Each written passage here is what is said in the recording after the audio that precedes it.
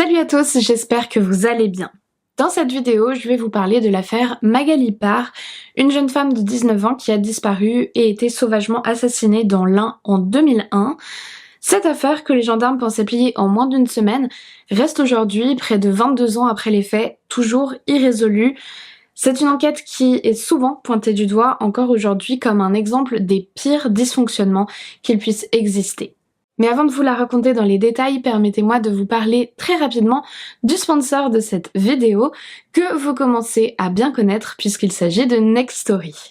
Si vous ne connaissez pas encore Nextory, je vous explique le concept. Il s'agit d'une application disponible sur téléphone, tablette et ordinateur qui vous permet d'accéder à tous les formats de lecture possibles, que ce soit livre, audiobook, BD, presse, série audio originale. C'est d'ailleurs la seule application en France à réunir tous ces formats en une seule plateforme. Ce que j'aime beaucoup dans cette appli, c'est que vous pouvez trouver tous les styles. Le catalogue est vraiment immense. Vous avez plus de 250 000 titres à disposition, allant de la littérature classique au roman de divertissement, en passant par les polars, les BD, les guides pratiques. Enfin, vous avez compris, il y a vraiment tout ce que vous cherchez sur Nextory. Bon alors perso, j'ai toujours pas changé mes petites habitudes de consommation depuis la dernière fois que je vous ai parlé de l'application, donc je suis toujours dans la catégorie polar, thriller, mais là je me suis lancée dans un audiobook pour changer un peu et j'ai commencé à écouter Ce qui est enfoui de Julien Freux, et je pense que ça pourrait plaire à beaucoup d'entre vous puisqu'on est sur un récit mi-enquête, mi-fantastique avec ce côté très Stephen King, très Stranger Things, ce genre d'univers là, vous voyez. Le pitch de départ, en fait, c'est la rentrée des classes dans les années 90 dans une petite ville isolée, mais l'ambiance est bizarre suite à la disparition d'un jeune ado dans les bois, dont la seule chose qu'on retrouve, ce sont ses vêtements en pile et parfaitement pliés. Est-ce qu'il a été victime d'un tueur en série ou d'un monstre? C'est ce que vous essaierez de découvrir en plongeant dans cette histoire. L'ambiance est très réussie, je trouve, en tout cas, moi c'est vraiment tout ce que j'aime, il y a ce côté inquiétant, étrange, mélangé à de la nostalgie, ça me change un petit peu de mes romans purement policiers habituels, et pour tout vous dire, je sais que c'est un peu honteux, mais moi qui ai toujours accroché aux univers de Stephen King, un peu plus qu'à son style d'écriture, bah ça me convient vraiment bien. Enfin voilà, ça c'était ma petite recommandation du moment. Après, évidemment, il y a plein d'autres lectures possibles sur Nextory, comme vous l'avez compris. Je suis sûre que vous y trouverez votre bonheur. Si vous ne savez pas vers quelle œuvre vous tournez, je vous recommande aussi deux de mes auteurs chouchous, Franck Thillier et Pierre Lemaitre, vraiment mes valeurs sûres pour la lecture. Alors si vous souhaitez tenter l'expérience, Nextory vous propose une offre de bienvenue pour tester l'application. Il vous suffit de cliquer sur le lien qui s'affiche ici, que vous retrouverez en barre d'infos, pour profiter d'un essai gratuit de 45 jours sur la plateforme afin de découvrir leur vaste catalogue. Profitez-en bien et surtout n'hésitez pas à me dire ensuite sur les réseaux quels livres vous avez lus ou écoutés. Encore merci à Nextory de m'accorder sa confiance à nouveau et de m'accompagner pour cette vidéo. Sans plus attendre, on va passer à notre sujet du jour. Alors comme d'habitude, je vous laisse vous installer bien confortablement, éteindre vos lumières et dès que vous êtes prêts, c'est parti.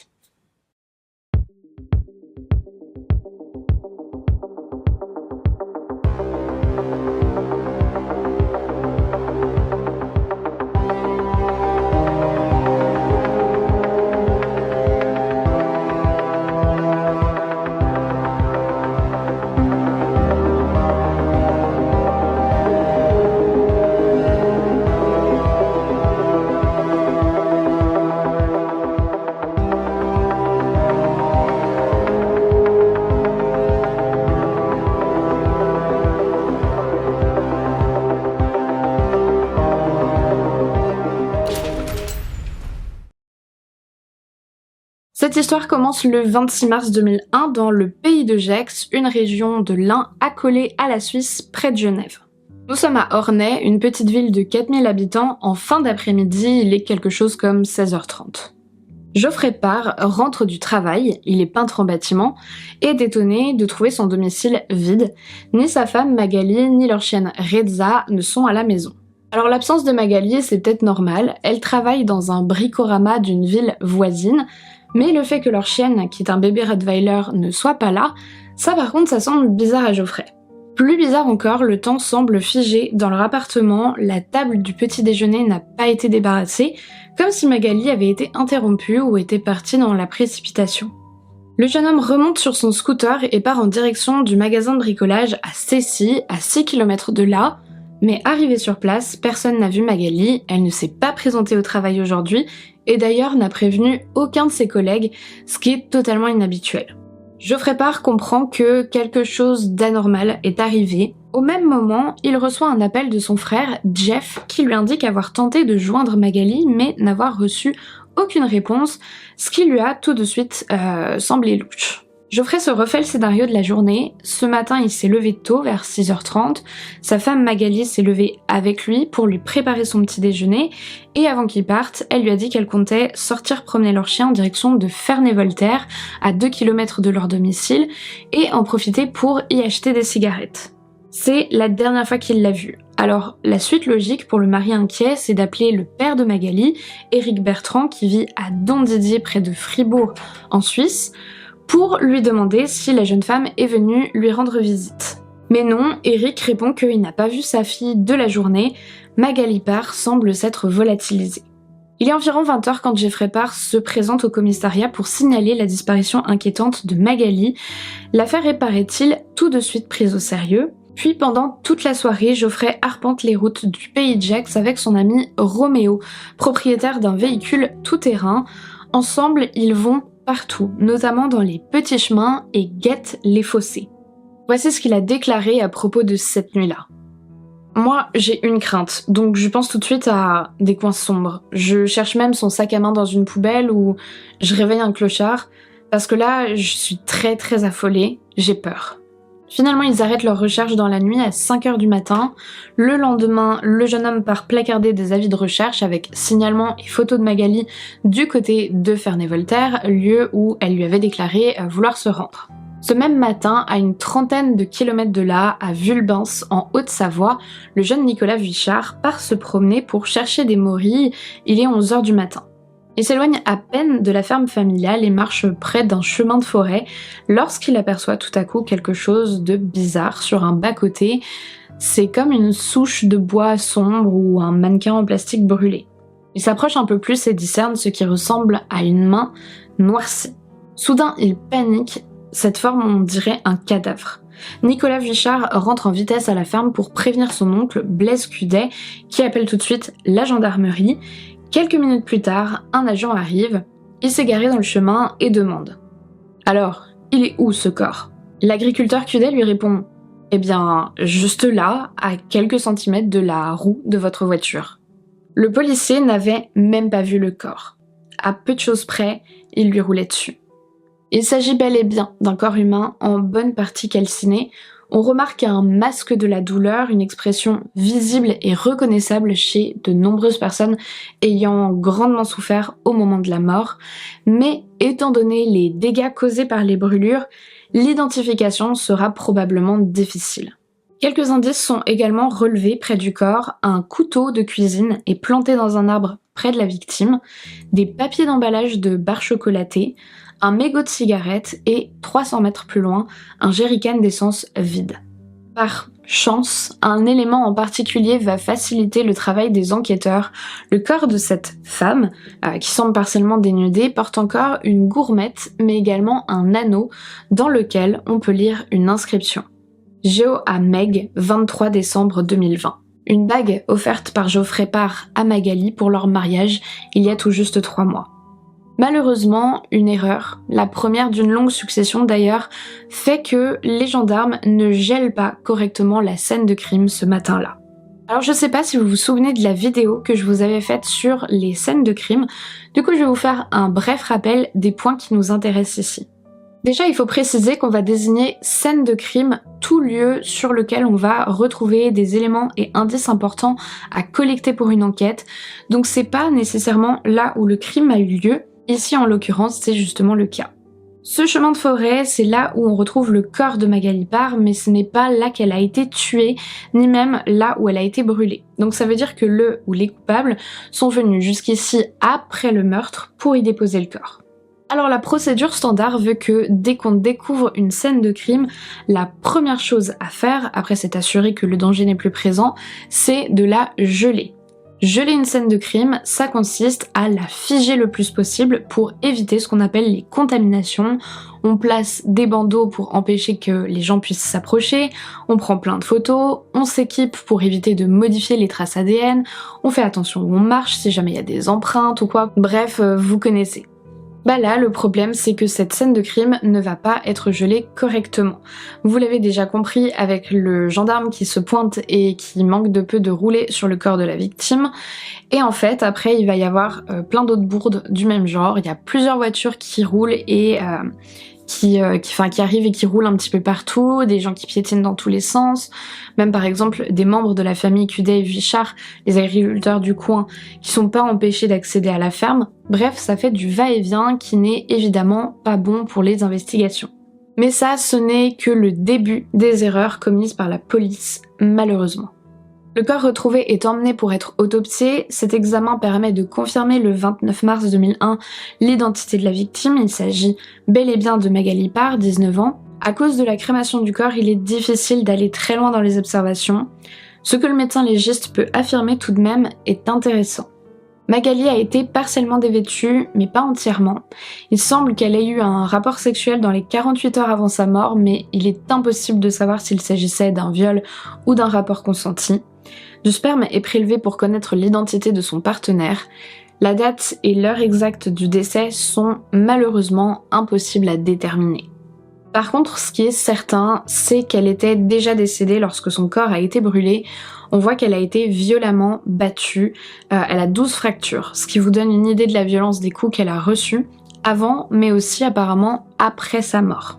Ensuite, son corps semble avoir été placé dans un contenant cylindrique, comme un grand fût, une cuve ou une baignoire par exemple, et il a été brûlé pendant une période assez longue, probablement plusieurs heures. Je pense que vous le savez tous, mais brûler un corps humain, c'est vraiment très long et compliqué, puisque nous sommes constitués en grande partie d'eau, et c'est pour ça d'ailleurs qu'on retrouve généralement des corps qui sont calcinés, mais pas complètement réduits en cendres, parce que ça demande vraiment beaucoup de temps d'alimenter en bois, en essence, enfin bref, sans trop entrer dans les détails, vraiment c'est quelque chose de très difficile. Je pense qu'avec ces éléments, vous pouvez déjà dégager des hypothèses sur lesquelles je reviendrai après. Pour le moment, je vais déjà vous donner toutes les infos factuelles concernant la disparition et le meurtre de Magali. Donc, pour essayer de comprendre ce qui a pu arriver à la jeune femme, l'une des premières choses à faire était de retracer son emploi du temps juste avant sa disparition. Voici ce qu'on sait. Le dimanche 25 mars, Geoffrey et Magali ont fait une sortie balade et pêche dans la nature. Le soir, ils sont rentrés chez eux et ils ont reçu 2 amis, Roméo et Farida, qui n'ont rien remarqué de spécial, pas de tension, pas de dispute dans le couple. Farida raconte également que Magali l'a emmenée dans la chambre pour lui montrer de la lingerie qu'elle venait de recevoir en cadeau, de la part, non pas comme on pourrait s'attendre de son mari Geoffrey, mais de son beau-père, c'est-à-dire le père de Geoffrey, avec qui elle était proche et s'entendait visiblement bien. On est d'accord pour dire que c'est quand même pas banal comme situation, enfin, moi en tout cas je serais hyper mal à l'aise si mon beau-père m'offrait de la lingerie, mais bon, voilà ce qu'il en est. Ensuite, Roméo et Farida sont partis en fin de soirée. On sait aussi que Magali a consulté la messagerie de son téléphone en composant le 123 vers 22h, puis le téléphone a été éteint. Le lendemain matin, donc comme je vous l'ai dit, Geoffrey Parr a dit qu'il s'était levé pour prendre le petit déjeuner ensemble, qu'ensuite lui était parti au travail et que Magali lui avait dit qu'elle comptait aller promener Reza vers Ferney-Voltaire et y acheter des cigarettes. Ce serait la dernière fois qu'il l'a vue vivante. Ce lundi matin-là, le père de Geoffrey se présente au domicile de son fils et de sa belle-fille pour récupérer du courrier vers 10-11 heures du matin. Il déclare qu'il n'y avait personne et qu'il est donc reparti. Ensuite, 3 témoins disent avoir vu Magali à Saint-Genis-Pouilly entre 9h30 et 11h du matin. Saint-Genis-Pouilly, c'est une petite commune à environ 7 km du domicile des Parr, pas du tout sur le trajet pour aller à Ferney pour le coup, et qui n'est pas spécialement accessible en transport, enfin... C'est une région dans laquelle il y a quelques bus, mais assez rares, et le trajet n'est pas évident à pied, ça aurait vraiment pris des heures à Magali et à son chien de s'y rendre. Donc la question se pose de savoir comment elle a pu se rendre là-bas puisque elle n'avait pas de voiture. Est-ce que quelqu'un l'a déposée? Si oui, pourquoi? Et d'ailleurs, était-elle véritablement là-bas? J'y reviendrai. On sait également que Magali devait retrouver Farida ce matin-là pour se rendre dans le Jura, mais qu'elle n'a pas honoré ce rendez-vous qu'elles avaient.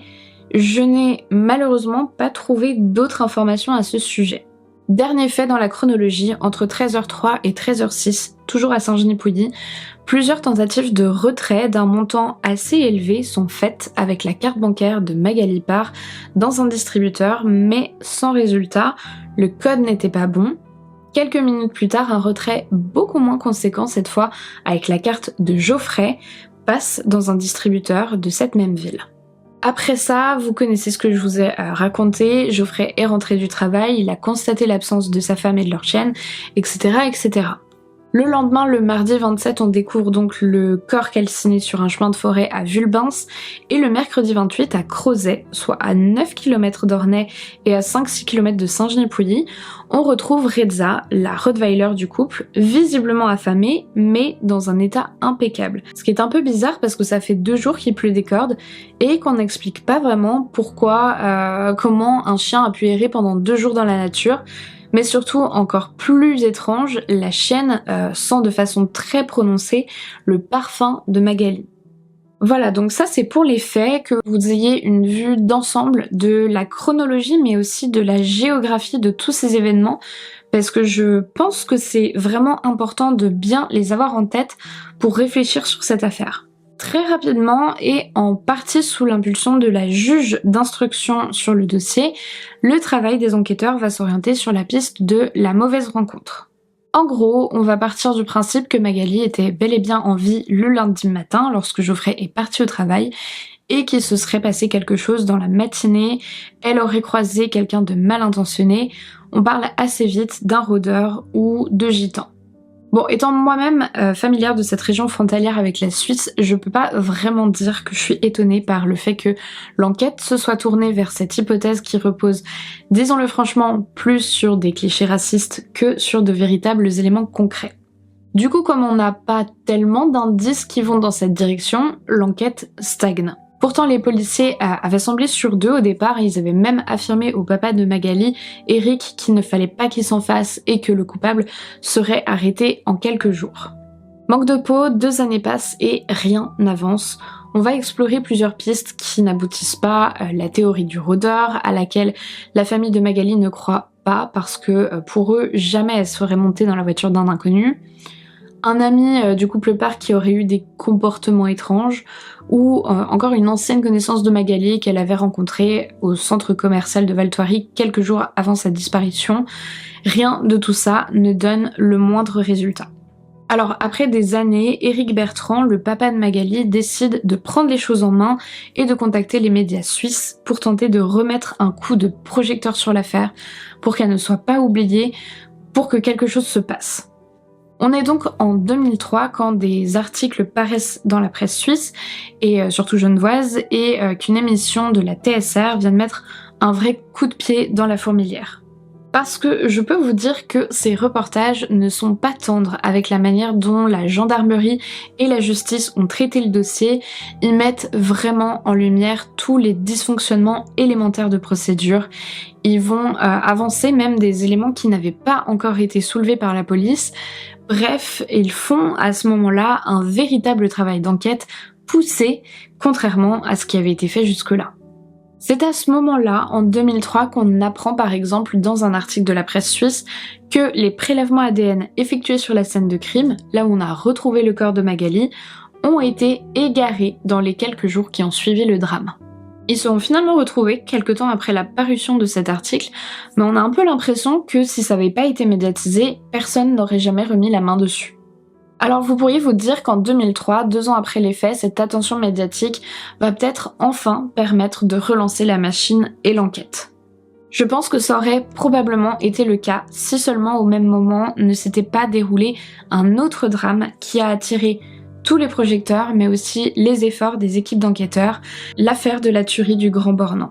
Je vous en avais parlé ici sur cette chaîne, c'est un drame horrible qui s'est déroulé en Haute-Savoie en avril 2003.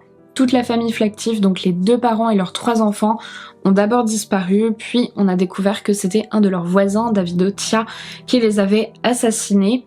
Ce sont les mêmes équipes d'enquêteurs qui ont travaillé sur l'affaire Magali Parr et sur l'affaire Flactif, mais le moins qu'on puisse dire, c'est que les enquêtes n'ont pas du tout été menées avec la même rigueur.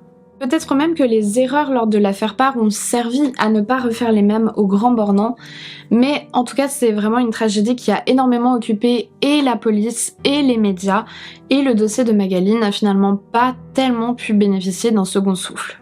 Alors, quand même, suite aux révélations des médias suisses, l'enquête a un petit peu été relancée. Je crois aussi que c'est dans ces eaux-là que l'affaire a été confiée à un autre juge d'instruction, ce qui a permis cette fois de réorienter l'enquête et qu'on s'intéresse plus à l'entourage de Magali, ce qui honnêtement faisait plus sens au vu des différents éléments. Sauf que on était déjà plus de 2 ans après les faits.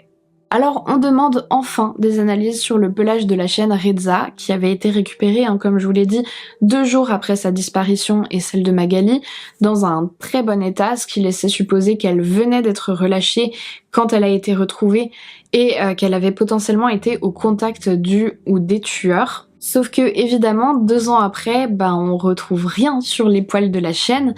D'ailleurs, elle a des nouveaux propriétaires à ce moment-là qui vivent à Bordeaux. Bref, il n'y a aucune chance qu'on puisse obtenir le moindre indice, mais bon, des prélèvements sont faits et ils ne donnent rien. Idem pour les coffres des voitures de certaines personnes de l'entourage de Magali, et encore, pas toutes, mais là encore, non, on ne retrouve rien. Quelle surprise!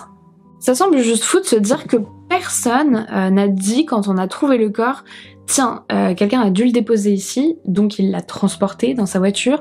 Commençons par faire des recherches dans les coffres de tout l'entourage de Magali, histoire de vérifier. » On n'a jamais retrouvé non plus l'endroit où Magali a été brûlée.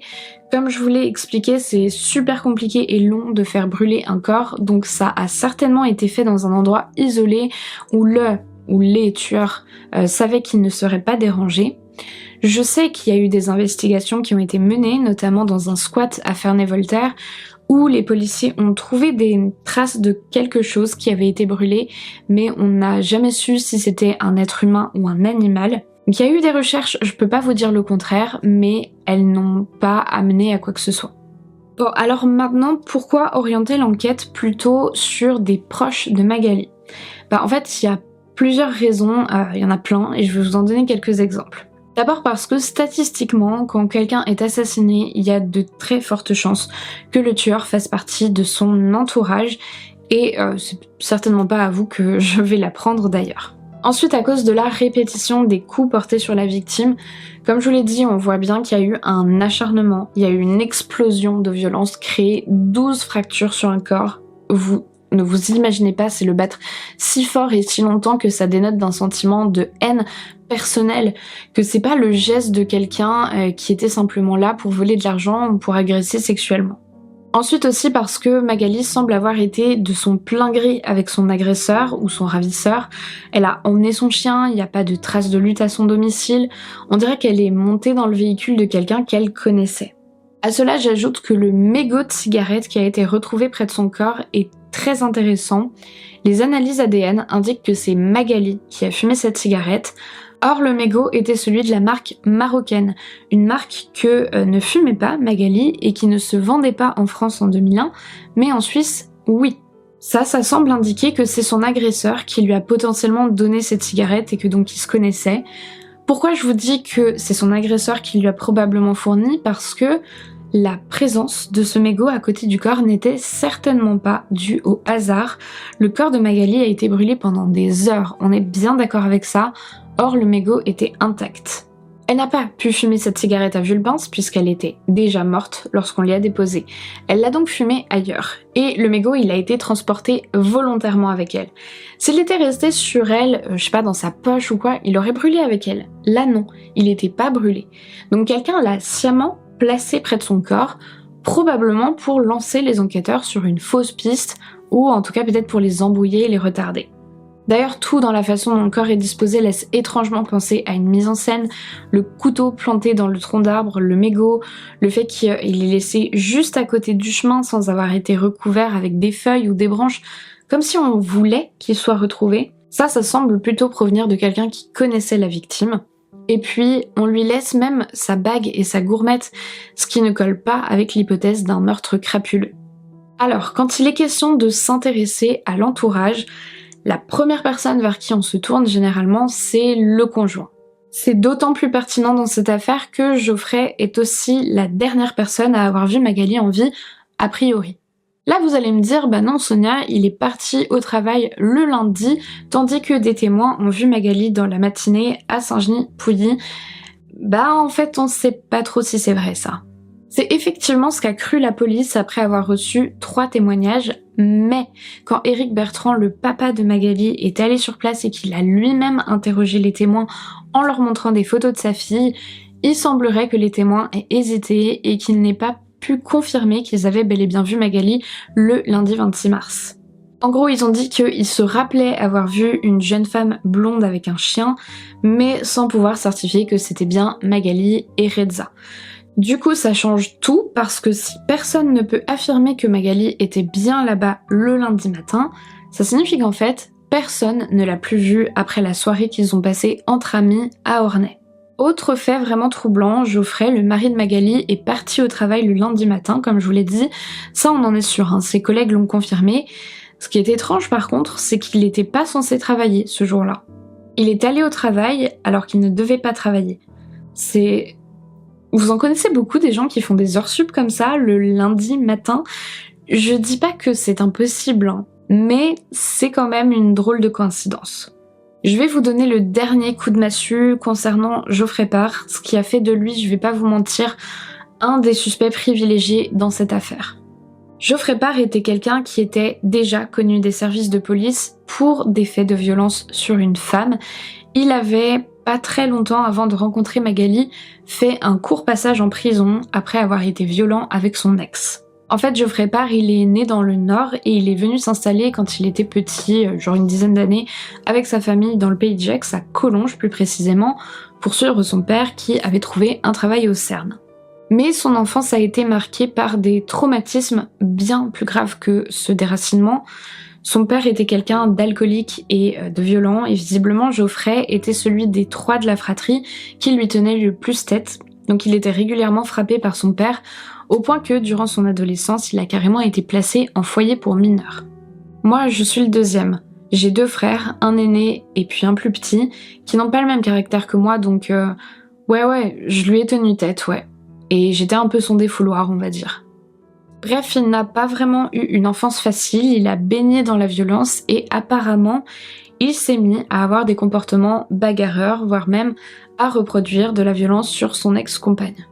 J'étais devenue ce qu'on a fait de moi. J'étais devenue exactement ce qu'on a fait de moi, quelqu'un de méchant en fait, quelqu'un qui... Ouais, je voulais pas qu'on m'approche et je voulais pas approcher les autres. Pour cette raison, il a donc fait un passage éclair en prison en Suisse. Ouais, j'y vais quelques jours pour une plainte d'une ex à moi, parce que ça s'est pas bien passé. Par contre là, ça m'a bien servi de leçon. Je pensais que j'étais au-dessus et en fait, j'étais vraiment en dessous de ce que j'ai vu là-bas et j'ai eu très très peur. C'est peu de temps après qu'il fait la rencontre de Magali en 1998 lors d'une soirée à Bellegarde organisée pour fêter la finale de la Coupe du Monde de football remportée par l'équipe de France. Ils se rencontrent donc cet été-là et c'est tout de suite le coup de foudre entre eux apparemment, au grand désespoir des parents de Magali. Cette même année, la mère de Geoffrey Parr décède suite à une maladie ou un problème de santé. Magali, elle, est originaire de la région, elle est née le 17 janvier 1982 et a grandi à Lancran avec ses 4 petits frères et sœurs jusqu'à ses 12 ans lorsque ses parents, Eric et Evelyn, divorcent, ce qu'elle vit très mal paraît-il. À l'école, ses résultats en pâtissent, mais elle garde quand même son caractère joyeux qui la caractérise. En juillet 98, Magali, qui a 16 ans donc, rencontre et tombe amoureuse de Geoffrey Parr, qui a 19 ou tout juste 20 ans à ce moment-là. Au mois de septembre, donc quand même assez rapidement, Magali abandonne ses études et trouve un emploi de caissière à Bricorama afin de pouvoir aménager avec Geoffrey. Ça, c'est quelque chose que la mère de Magali n'a pas du tout accepté. Vraiment, depuis le début, elle n'a jamais pu se faire à l'idée de la relation entre sa fille et Geoffrey, surtout sachant le passé de Geoffrey. Et elle avait un très mauvais pressentiment contre lui, et donc le contact entre eux était très tendu. Du côté d'Éric Bertrand, donc le père de Magali, c'était un peu plus ouvert, même s'il n'était pas enchanté de la tournure des événements, il a décidé d'accepter Geoffrey et de soutenir les décisions de sa fille. Le couple vit comme ça pendant 2 ans jusqu'à leur mariage le 23 décembre 2000. Il n'y a pas d'accroc particulier entre eux, il me semble. Après, les versions sont un petit peu discordantes entre leurs amis. Certains vont dire qu'il n'y avait pas du tout de soucis dans le couple. D'autres, notamment des amis d'enfance de Magali, disent que la toute jeune femme semblait un peu sous l'emprise de Geoffrey. Mais honnêtement, là, c'est que du ressenti, j'ai l'impression. En tout cas, j'ai pas trouvé d'éléments concrets montrant qu'il y avait le moindre abus physique ou psychologique de la part de Geoffrey sur Magali. Son passé étant son passé, on peut être méfiant, mais j'ai pas trouvé quoi que ce soit de louche dans leur relation à eux, si ce n'est que ils se sont mis hyper vite ensemble et qu'elle était mineure au début de leur relation, mais bon, l'écart d'âge était pas énorme non plus, donc voilà. Ça, c'était un peu pour vous donner tous les éléments à charge contre Geoffrey. Comme vous voyez, il y en a quand même un certain nombre qui le rendent particulièrement suspect. Maintenant, il y a un élément qui, moi, me gêne concernant Geoffrey et qui me fait douter soit de sa culpabilité, soit en tout cas du fait qu'il ait pu agir seul. C'est le fait qu'il ne possédait pas de voiture, comme je vous l'ai dit, il avait qu'un scooter. Or, on sait que le corps de Magali a été transporté et qu'il est retrouvé à une trentaine de kilomètres de leur domicile. Donc clairement, Geoffrey n'a pas pu transporter le corps de Magali de cette manière. Alors, si on part sur l'hypothèse de la culpabilité de Geoffrey, qui n'a jamais pu être prouvé, et je tiens vraiment à insister là-dessus, il faudrait envisager peut-être qu'il ait reçu l'aide de quelqu'un. Il semblerait que le corps de Magali Parr ait été déposé dans la nuit du lundi au mardi 26 mars, près de la ferme de Blaise-Cudet à Vulbens. On s'en doute puisque le corps n'a pas été repéré dans la journée du lundi, or c'est un chemin sur lequel il y a un petit peu de passage quand même. Et surtout, c'est corroboré par la version de Blaise Cudet, l'agriculteur, qui raconte avoir été alerté durant la nuit par ses chiens qui aboyaient beaucoup et semblaient agités entre 2 et 5 heures du matin, ce qui correspondrait, on pense, au moment où le ou les tueurs sont venus déposer le corps. Ici la Sonia du montage. Je me rends compte, après avoir tourné cette vidéo, que les différents articles ne sont pas tous à la même page à propos de cette date du potentiel dépôt du corps de Magali. Moi, selon ce que j'avais trouvé, le témoignage de l'agriculteur disait que il avait entendu du bruit dans la nuit du lundi au mardi, mais il y a d'autres sources qui évoquent, elles, le 26, donc le 26 au matin, entre 2 et 5 heures, c'est-à-dire le lundi matin, avant même finalement la disparition de Magali. Donc je ne sais pas s'il s'agit d'erreurs ou si, encore une fois, il y a des incohérences, il y a des choses très bizarres dans cette affaire. Si il s'agit bien du lundi matin entre 2 et 5 heures, dans ce cas-là, ça met encore plus de doutes, de soupçons sur Geoffrey, puisque du coup, en fait, ce qu'il raconte sur le fait qu'il se serait levé et qu'il aurait vu Magali à ce moment-là, serait totalement faux. Donc je suis assez perplexe. Je pense sincèrement que la date serait plutôt dans la nuit du lundi au mardi, parce que sinon, je veux dire, là, les policiers auraient fait une énorme erreur à ce niveau-là. Or, que faisait Geoffrey cette nuit-là? Rappelez-vous, il était en voiture avec son ami Roméo à, selon ses dires, arpenter les routes à la recherche de Magali. Donc soit il n'a aucun rapport avec la personne qui a déposé le corps, et tout ça c'est son alibi, soit on peut imaginer qu'il a été aidé par cet ami. Pour autant, à ce que je sache, l'ami en question, Roméo, n'a pas été suspecté par la police, et il me semble pas que le coffre de son véhicule ait été analysé. Maintenant, il y a une autre personne qui peut aussi nous intéresser, c'est le père de Geoffrey Parr. Pourquoi? Parce que il a dit lui-même être passé au domicile de son fils et de sa belle-fille le lundi matin vers 10-11 heures pour récupérer du courrier et n'avoir trouvé personne à la maison. On sait que ce lundi matin-là, il quitte le HUG de Genève à 9h39 après s'être fait soigner d'une blessure à la main, et il dit être rentré chez lui à 13h30 dans son domicile situé en plein centre de Genève. Qu'est-ce qu'il a fait pendant tout ce laps de temps? Comment s'est-il blessé à la main?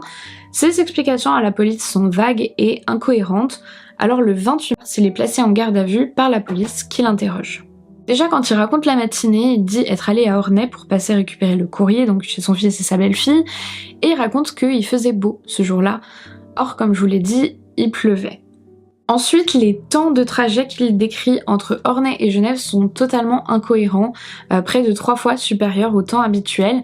Alors lui, il attribue ça à des embouteillages, mais vérification faite, il n'y en avait pas ce matin-là. Autre fait bizarre, lors de l'interrogatoire, il déclare ne pas connaître et ne pas savoir situer Vulbens sur une carte. Pourtant, il a longtemps vécu à Collonges lorsque lui et sa famille étaient venus s'installer au Pays de Gex. Et c'est la ville tout simplement à côté de Vulbens.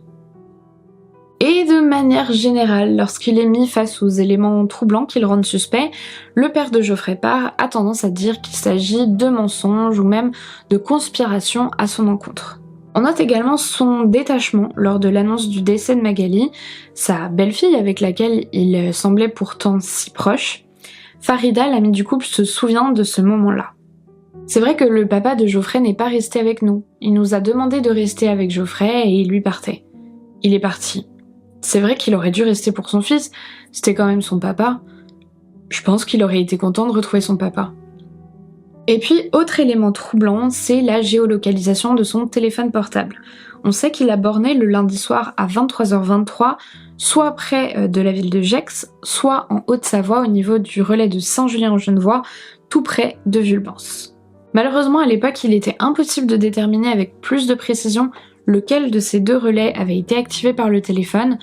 Or, lui déclare que c'est impossible parce qu'il était à Genève à ce moment-là. Mais dans le reportage Zone d'ombre fait par la TSR, on apprend, par le témoignage du père de Magali, que c'était Geoffrey qui était en possession de ce téléphone portable ce soir-là.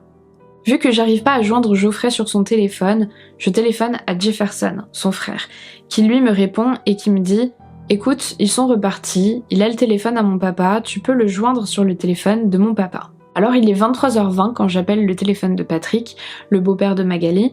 Je tombe sur Geoffrey, puisque c'est lui qui a son téléphone à ce moment-là, qui me dit qu'ils sont sur le Pays de Gex et qu'ils sont en train de faire des recherches.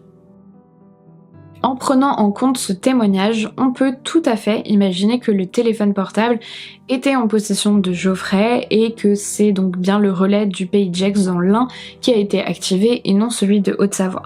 Cependant, ce qui reste troublant, c'est que le lendemain matin, le mardi à 8h30, c'est bien le père de Geoffrey qui est en possession de son téléphone et qui appelle son fils depuis la Suisse. À quel moment a-t-il récupéré son téléphone? Où était-il cette nuit-là? A-t-il rejoint son fils? Et pourquoi? Rien ne nous permet de répondre à ces questions. Finalement, la garde à vue du père de Geoffrey n'a rien donné de concluant et il a été libéré. Il existe encore un point vraiment bizarre concernant ce dossier. Le lundi, dès qu'elle apprend la disparition, Evelyne, donc la mère de Magali, se rend immédiatement à l'appartement de sa fille et de son beau-fils. Elle raconte ce qui s'est passé lorsqu'elle est arrivée sur place. Je suis partie avec mon voisin, c'est lui qui m'a emmenée à Ornay, et puis arrivée là-bas, il n'y avait personne. J'ai senti, je peux pas l'expliquer, mais j'ai senti qu'il y avait quelque chose de grave. Et 5 minutes après, je voulais me diriger vers la salle de bain qui était entrouverte, et j'ai pas eu le temps. Ils sont rentrés les deux, et dès qu'il m'a vue, il m'a dit « Dégagez d'ici, sale putain, vous avez rien à faire chez moi ». C'était Geoffrey avec son père.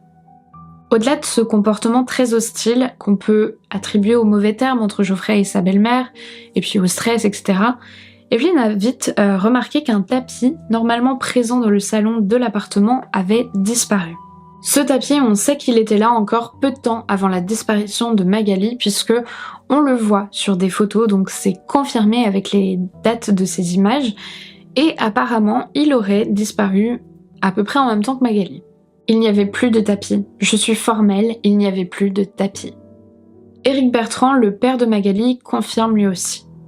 Je m'aperçois qu'il est plus là, mais beaucoup trop tard. Je pose la question à Geoffrey. Mais t'avais pas un tapis patchwork ou un truc comme ça? Ouais, c'est possible, on a dû le jeter. Je sais plus exactement ce qu'il me répond, mais voilà, c'était dans ce goût-là. Étrangement, rien ne semble avoir été investigué à ce propos, alors que si effectivement ce tapis a disparu en même temps que Magali, je pense qu'on sera tous d'accord pour dire que c'est extrêmement suspect, non? D'ailleurs, je voulais faire un petit détour dans mon récit parce que cette histoire présente Pas mal de similitudes assez troublantes avec un autre dossier, le meurtre de Laurence Maille qui a eu lieu à Fabius dans le Nord-Pas-de-Calais en 2007. Du coup, je me suis dit que j'allais vous présenter rapidement le cas ici parce que je sais pas et je pense pas que j'en ferai une vidéo. Il y a un épisode de On la te raconte sur le sujet qui est très bien si jamais ça vous intéresse. Le lien est en barre d'infos comme d'habitude.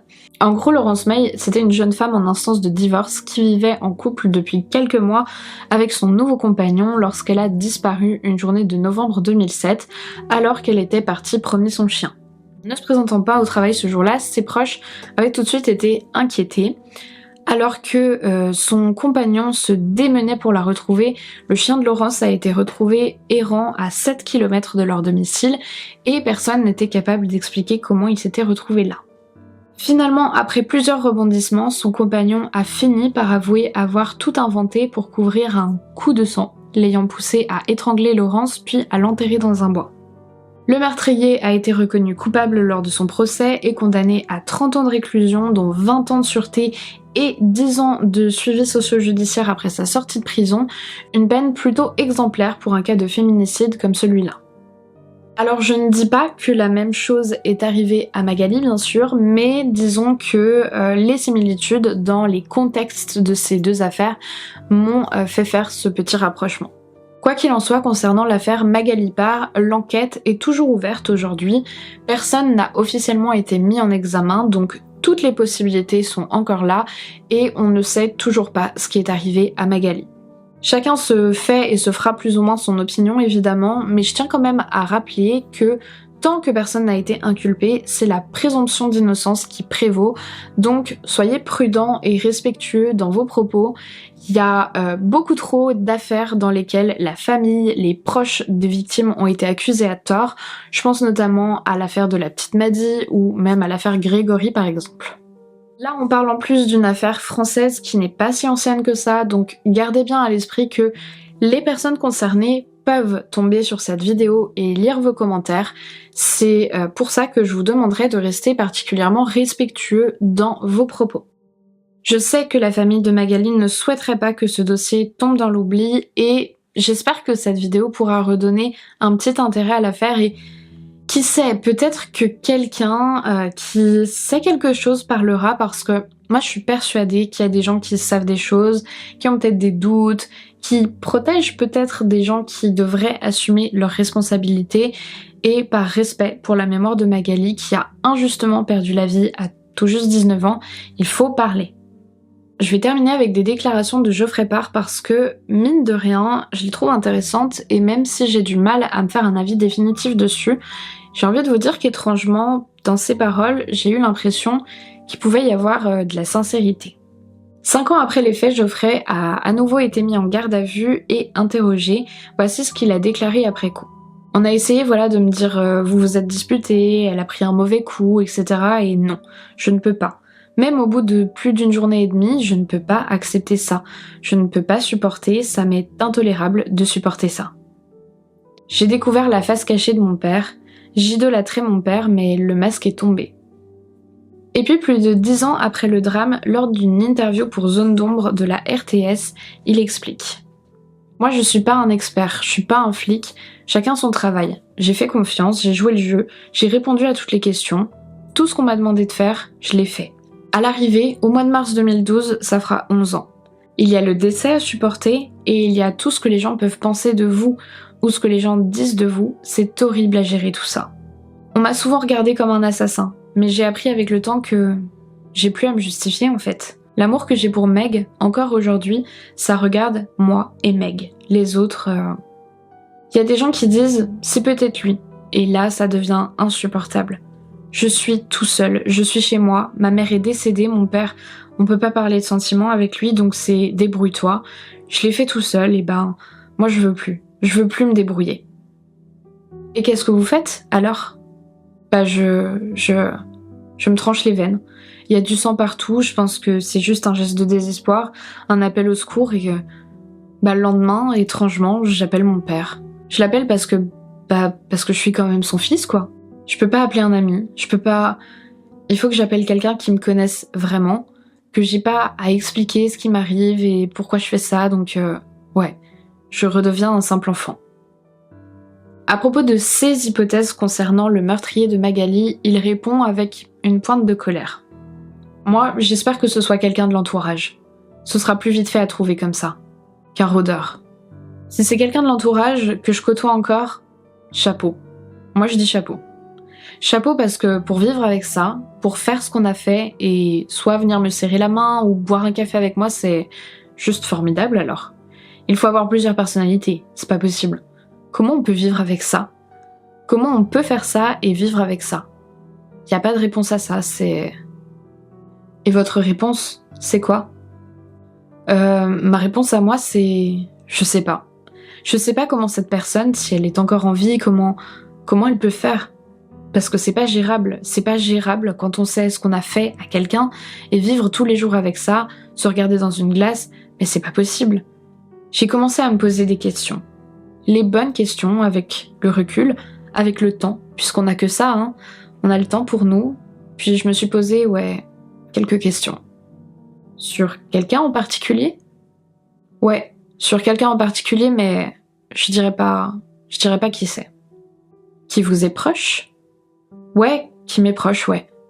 Quelqu'un que je connais bien, qui me connaît bien. Lorsqu'on lui demande ce qu'il a ressenti lorsqu'il a appris le décès de Magali, il répond. En quelques minutes, j'ai juste compris que je reverrais plus jamais ma femme, qu'elle était morte. J'avais tellement mal que je voulais effacer ça, quoi. Je me disais que c'était pas possible. Je me demande encore, au jour d'aujourd'hui, comment j'ai fait, comment j'ai pu faire parce que c'est... vous avez envie de vous flinguer, c'est fini après. Le 15 septembre 2018, Geoffrey Parr s'est malheureusement donné la mort chez lui, à son domicile du pays de Gex. Il a laissé derrière lui sa femme, Deborah, et leurs 4 petites filles, auxquelles je pense fort, car elles sont elles aussi des victimes collatérales de cette affaire. L'affaire Magali Parr laisse un goût amer à tous ceux qui la connaissent. On a le sentiment que la vérité n'est pas bien loin, mais qu'à cause d'un enchaînement d'erreurs, et peut-être un excès de confiance de la part des enquêteurs, le ou les meurtriers ont pu s'en tirer à bon compte. J'espère de tout cœur que la lumière sera un jour faite sur ce qui est arrivé à Magali et, en attendant, j'adresse toutes mes pensées à ses proches. Voilà, nous sommes arrivés au bout de cette vidéo. J'espère que mon travail sur cette histoire vous a plu et intéressé. N'hésitez pas à me laisser un petit commentaire ou un pouce en l'air si jamais c'est le cas. Encore merci à Nextory d'avoir été mon partenaire pour cette histoire. N'oubliez pas d'aller faire un tour sur le lien en description si vous souhaitez profiter de 45 jours d'abonnement offert sur la plateforme. Moi je vous dis à bientôt pour une nouvelle vidéo, je vous fais de gros bisous et en attendant, comme d'habitude, n'oubliez surtout pas de rallumer vos lumières. But I won't give up now, because I've nearly broken out from this nightmare I've been living in. Will you whisper in my ear those 3 words I long to hear?